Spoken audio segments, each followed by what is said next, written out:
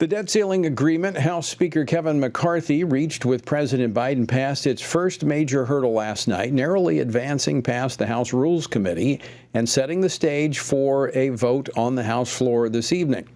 As leadership in both parties work to whip the vote in support of the bill, many Republicans are speaking out against the measure, which establishes emergency COVID spending levels as the new baseline for the federal budget.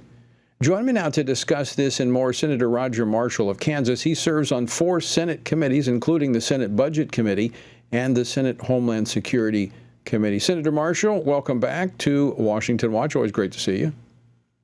Tony, it's great to be with you. And my grandma's name was Esther. So this Bible verse, for such a time as this, means so much to me, and certainly has been a theme when we were deciding to run for Congress or not, that for such a time as this, you and I, your listeners, we've been called to stand up and be accountable.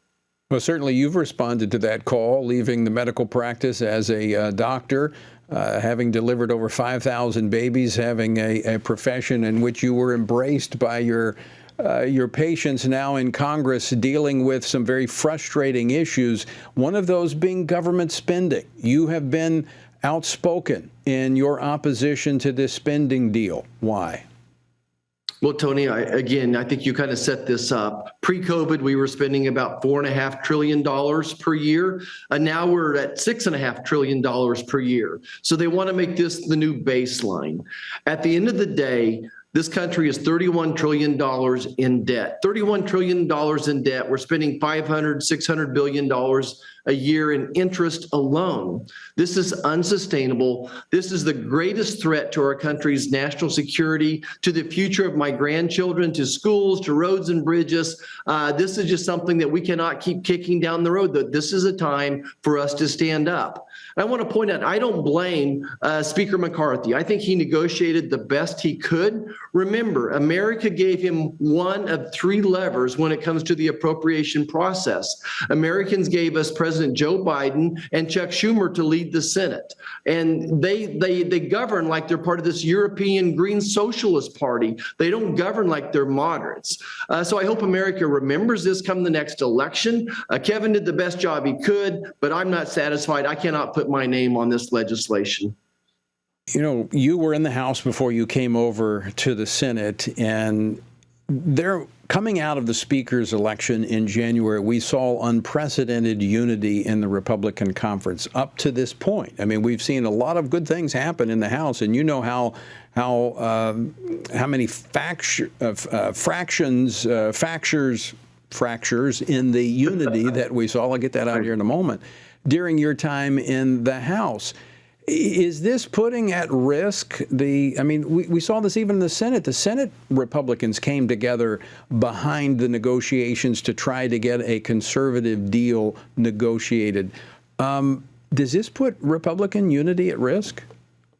Well, Tony, I think that's a great question. We're a family, just like your family, our families have disputes as well. We'll have disputes, but at the end of the day, we still love each other. We know that for the good of the team, we've got to come back together. So we can disagree on this. Again, I think we're just between a rock and a hard place here. I think Kevin negotiated the best he could in good faith, but I blame the people of Pennsylvania, the people of Georgia and Arizona and Nevada that they didn't give us a Senate Republican majority. I blame the people who elected for the current president as well. So I understand your point. We'll come together when this is over, but we're going to have a disagreement, and it's going to be pretty loud here for a couple of days. Well, I do hope that unity can be preserved, but I want to go on to some of the specifics that you've been pointing to about where our money has been going to. I mean, you did a deep dive into the COVID, the coronavirus, and where it came from, tracking it back to the Chinese lab. We're sending money to these people who are working, not only to China, but to Russia, countries that are working in many ways to oppose and even undermine America.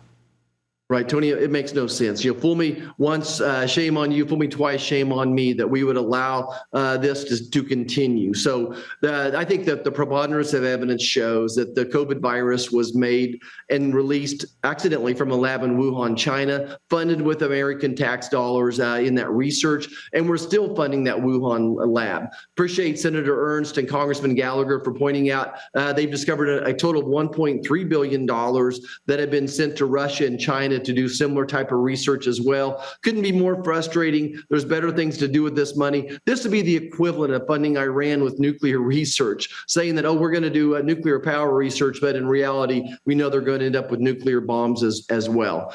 So the story continues. You can't make this stuff up.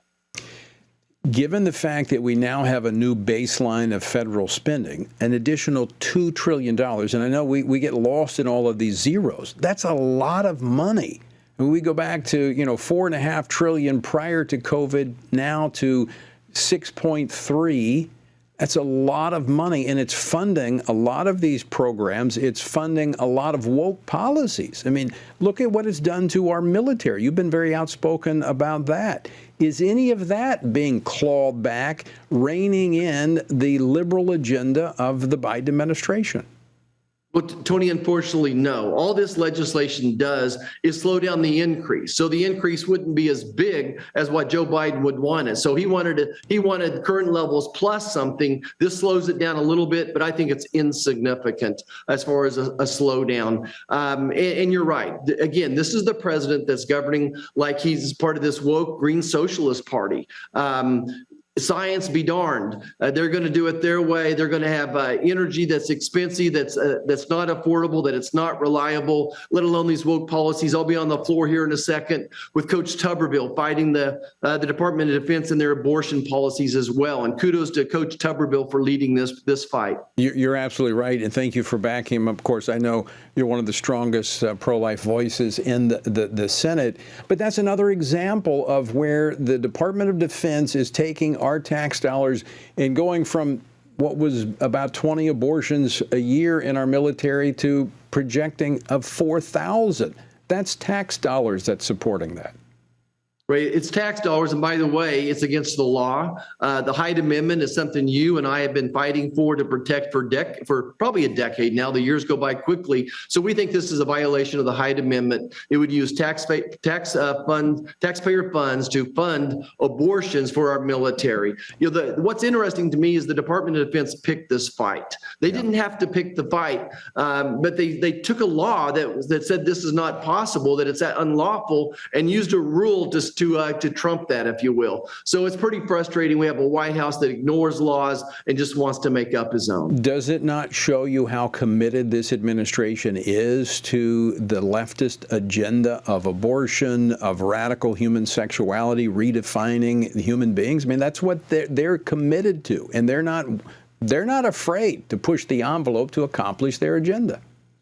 Right, Tony, and I wish you were understating it, but you're not. I think you go back to why do we have 10,000 people being apprehended at the border every day? It's because Joe Biden wants that. He wants people watching that problem. Meanwhile, he's attacking our civil liberties, our religious rights as well. It couldn't be more frustrating up here for me to watch this. As we did a memorial ceremony yesterday, or 2 days ago rather, at Fort Riley, standing over the graves of 4,700 soldiers from the big Red One division, just that they died for our liberties. And here we have a president that wants to take away those civil liberties with a disregard for the constitutions and the law of the land.